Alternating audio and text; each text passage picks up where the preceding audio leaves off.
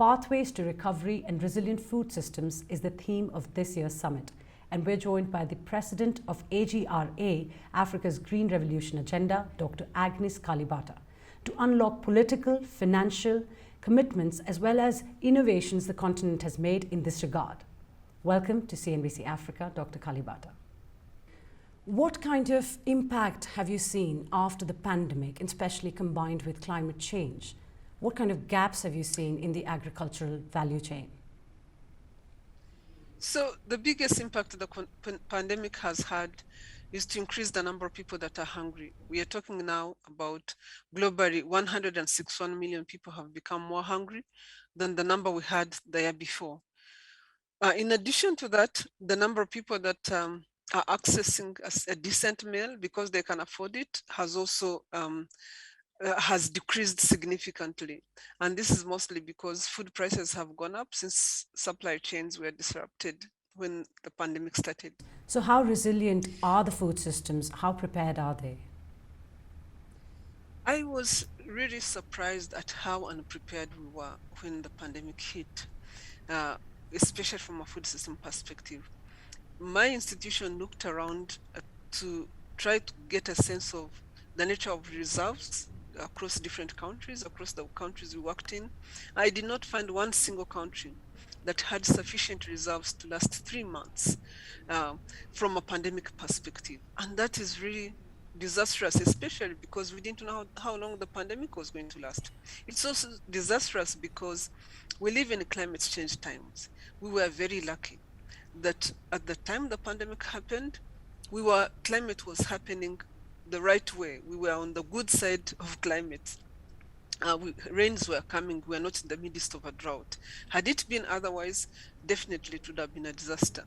My hope would be that as we start understanding that climate change is here to stay for some time, at least until we fix the 1.5 degree situation, until we understand that pandemics like this are going to be the norm, especially because of climate change, which is encouraging so many more things like locusts, fall armyworm, we need to be a little bit more prepared. We need to have reserves.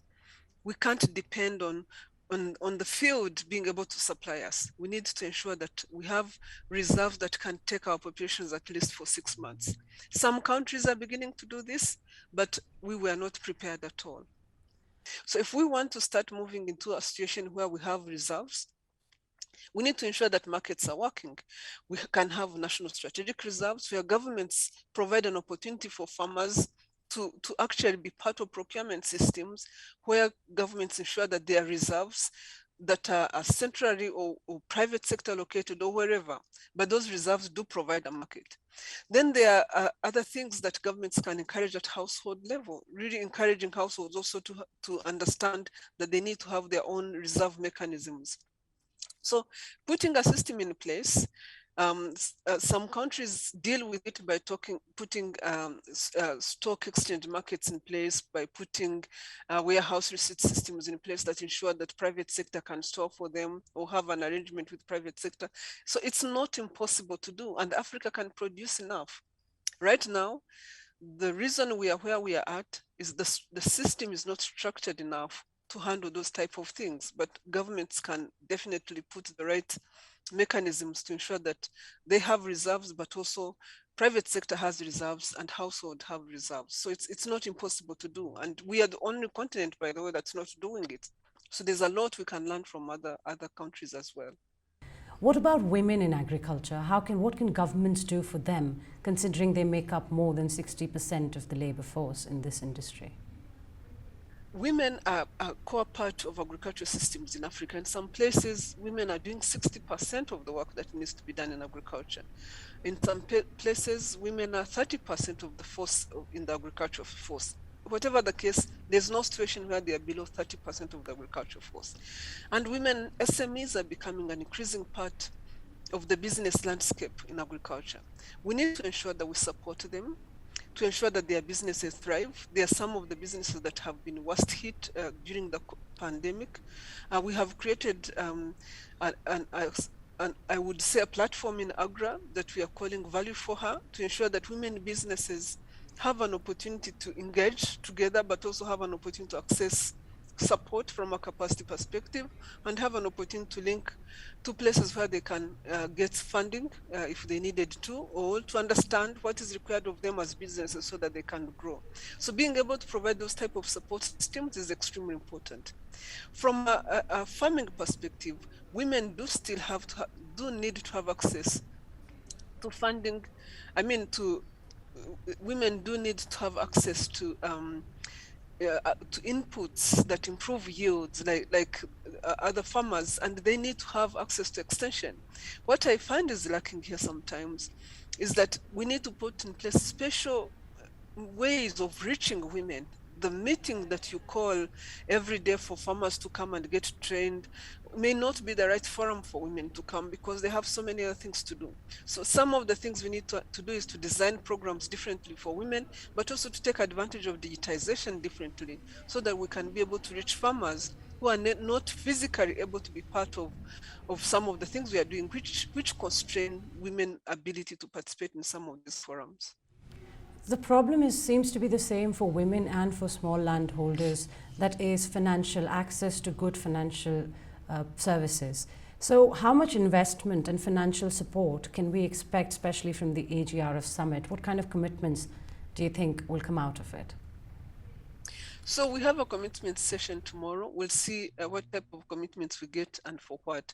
But I'll tell you what we are beginning to see. For example, there's a lot of interest in supporting youth. People are recognizing that every year we have 11 million young people on this continent that get out of school as graduates, and only 25% get employed. So we have significant momentum coming from governments themselves to really put instruments in place to provide an opportunity for youth to engage. The Kenyan government is doing that.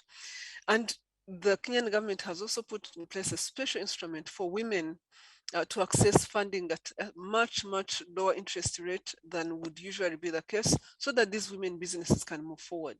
We will see tomorrow if other countries are going to step forward, but their partners also, like the Bill and Melinda Gates Foundation, their partners like the Canadian government. These are partners that are very strongly interested to see what type of interests and pipelines available in this type of meetings that we have, like AGRF, that can be supported so that women can be advanced. So there are a number of instruments that will be put in place. The AGRF, really, the D room, especially at the AGRF, is an opportunity for people to step forward with ideas. And what we do from an institutional perspective as AGRA, and having created value for her, is to ensure that most of these women businesses have an opportunity to be profiled, even to the extent that maybe they wouldn't have been profiled if they didn't have the support that they are getting from us. So yes, there are a number of initiatives that are in place, and we see the AGRF as an opportunity to encourage businesses to step forward and be able to sell themselves as well. In fact, what we did this year was to make sure that this particular forum, the AGRF forum, is really aligned to what is coming in 2 weeks in New York on the 23rd, when the summit happens. Aligned in the sense that we are moving from an agriculture-centric forum to a food system-centric forum. So from that perspective, we are asking our leaders, we are asking the continent to be a little bit more prepared and more intentional in understanding the food system itself, and really be prepared and for what they would be taking to New York. And my expectation of what they would be taking to New York is really around two things. One, every country has been having dialogues, what we are calling national dialogues, to ensure that they come up with strategies to deal with food, not just as food for feeding people, food security, but really food as a system that impacts nature and environment, that impacts biodiversity, but also feeds people and is good for business. So if we look at that from that perspective, there are a number of institutions, stakeholders that are involved. We want them involved, and those national pathways must be brought by governments to New York with commitments. The second thing that I expect to see from governments is the recognition that we are behind on SDGs. The summit was called in place in the first place to ensure that governments think through how to come through on SDGs. So I'm interested to see what type of commitments heads of state are going to put forward as a way of saying, yes, we are prepared to come through on SDGs come 2030. We are behind on hunger. We are behind on nutrition and malnutrition challenges as a continent. We are definitely seeing climate change as a result of how we are impacting the environment. We are behind because of COVID from an equity perspective. I would like to see that African leaders are stepping forward for these things so that the continent can actually start thinking of how to get itself out of that being behind and stepping forward and really ensuring that we are being part of coming through on the 2030 agenda.